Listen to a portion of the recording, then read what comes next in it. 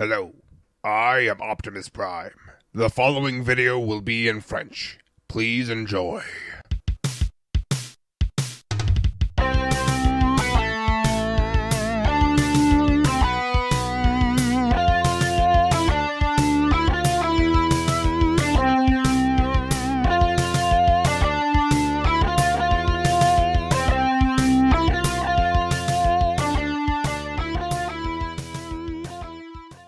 Hey, salut à tous, c'est Leader. Aujourd'hui on se retrouve pour un nouveau Vocaformers qui traitera du terme Keyball. Ce mot anglais signifie croquette, ce qui a a priori à peu près aucun sens avec le sujet des robots transformables.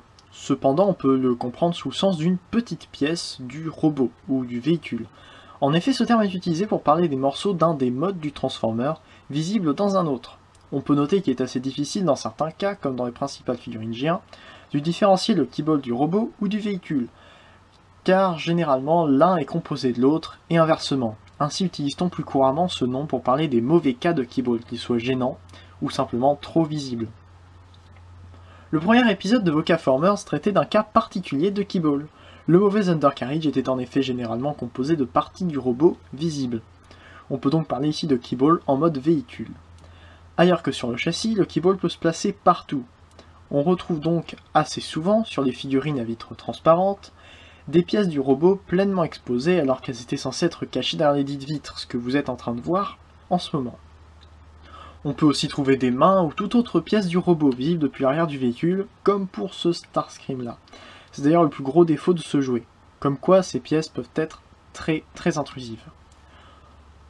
On aura quelquefois des Transformers qui, bien que dénués de Keyball dans un mode, crouleront dessous dans l'autre. Pour reprendre l'exemple du précédent numéro, la ligne Alternators Binaltech possède d'excellents modes alternatifs, mais des modes robots où des membres se cachent dans des panneaux.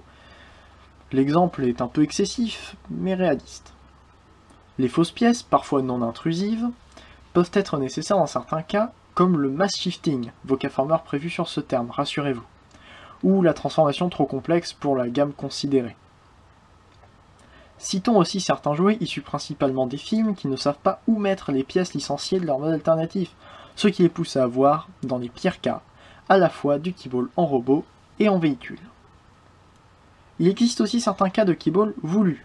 Ces pièces, issues généralement des modes alternatifs, donnent aux personnages leur forme iconique, comme par exemple avec les ailes des Seekers ou les backpacks des Aerial Bots, pour ne citer que.